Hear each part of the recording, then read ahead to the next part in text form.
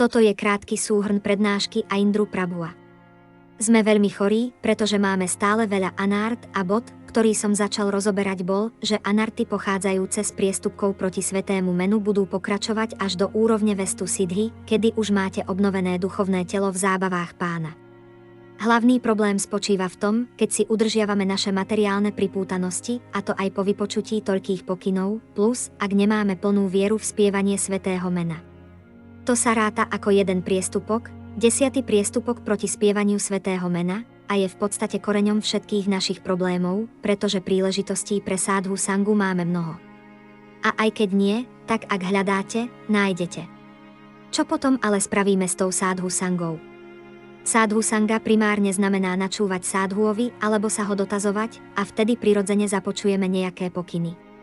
A viete, pokiaľ sa nepustíme pripútaností, ktoré nám bránia ponoriť sa do spievania svätého mena, v dôsledku čoho nemôžeme náležite vykonávať jagju ani získať reálnu skúsenosť s účinkami jej vykonávania. Ľudia nachádzajúci sa na mentálnej alebo aj na intelektuálnej úrovni môžu načúvaním od sádhuov teoreticky pochopiť, že spoločné spievanie vyrieši všetky naše problémy, či už hmotné, alebo duchovné. Materiálny blahobyt nasleduje duchovný blahobyt. Riešením teda nie je materiálne riešenie, ale to duchovné, ktoré prinesie duchovné blaho. Vtedy budú aj naše materiálne problémy vyriešené. Ak sa ale nepodrobíme procesu kvôli nedostatku viery, tak sme v začarovanom kruhu, pretože nezískame skúsenosť, vďaka ktorej bude naša viera upevnená. Musíme sa náležite zamestnať v tejto obeti, pretože sme veľmi chorí. Potrebujeme istý režim, istú životosprávu, príkazy, zákazy, kontraindikácie, veci, ktoré jesť nemôžeme, mali by sme jesť len určitý počet krát za deň, alebo možno by sme mali jesť viac. Tak ako jeden náš kirtan odaný, Adi Rasa Prabhu, má chorobu zvanú hypoglykémia. To znamená, že ak nebude jesť viac, jeho hladina cukru v krvi klesne. Rovnako aj my potrebujeme, aby určitá sladkosť vo forme Madhurya náma, sladkého svätého mena, prúdila v našej krvi. Musíme jej prijímať viac. Dáva sa príklad človeka nakazeného žltačkou. Ak ste naozaj chorí a v dôsledku žltačkového jazyka si myslíte: no, môžem aj naďalej jesť čo sa mi zachce, nechutí mi táto horká medicína. Nerád spievam Hare Krišna, nemám chuť. Riešením však nie je vypiť jednu malú kvapku cukrovej šťavy a povedať si: och, to je také horké, to nezvládnem. Problém nevyriešite tým, že nevezmete liek. Nájdite si čas. Nájdite ho vo svojom srdci a spievajte, až kým to bolí. Vyhrate si dostatok času na vykonávanie jagje, prijímajte medicínu a začnite pociťovať, aké to je vyzdravievať, vychutnávať sladkosť svätého mena namiesto horkosti, ktorú zakúšame kvôli nášmu chorobnému stavu, podobnému žltačke. Vtedy je problém vyriešený. Robte viac Harinám Sankirtanu a viac džapy, toľko džapy, koľko sa len dá, pretože koniec koncov, džapa je životom i dušou náma Sankirtanu.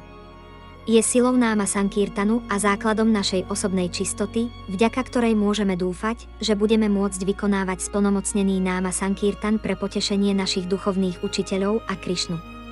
Odaný sa pýta: hovoril si, že sme kvalifikovaní iba na spievanie svätého mena. Význam za tým je ten, že naša kvalifikácia pre všetko ostatné spočíva v kvalifikácii na spievanie svätého mena. Aindra Prabhu. Nie, kvalifikáciou je realizácia, že nie si kvalifikovaný na nič iné, okrem spievanie svätého mena. To je skutočná kvalifikácia. Ako náhle si niekto myslí, že má kvalifikáciu aj na niečo iné, značí to nedostatok pokory, falošnú pýchu a preto mu bude chýbať chuť v spievaní. Kvôli falošnej pýche. Riešením je teda spievať viac. Snaž sa pochopiť, že nie je iná cesta, nie je iná cesta, nie je iná cesta v tomto veku Kali a Krišna ti zvnútra pomôže. Zodvihne závoj Yogamáje a ukáže ti pravú podobu svätého mena v tvojom srdci. Reálne sme drvivá väčšina tak poklesnutí a úbohí Kali Juga vyvrheli, že kvôli falošnej pýche nie sme kvalifikovaní ani na spievanie svätého mena. Sme tak poklesnutí. Prabhupáda preto vravel, že si lámal hlavu nad tým, ako inak nás ešte zamestnať. Prečo? Pretože nemáme chuť v spievaní svätého mena. Nemáme kvalifikáciu. Ak však veciam aspoň ako tak rozumieme a prijímeme útočisko v procese náma bhajan, náma sankirtan, začneme sa postupne viac a viac kvalifikovať. Máme chuť pre všetko, len nie pre náš skutočný biznis. V skutočnosti, účelom všetkých ostatných služieb, čistenia chrámu, uctievania božstiev, distribúcie kníh a tak ďalej. Je postupne očistiť srdce, aby sme nakoniec získali dostatok duchovnej inteligencie na realizáciu, že by sme mali spievať viac a viac, ak chceme v praxi ochutnať Krišnovo sveté meno. As Narottam Das Thakur says, don't think that this chanting and dancing will not lead to the desired goal. It will. But I add one more statement. If you do it. If you do it, it will.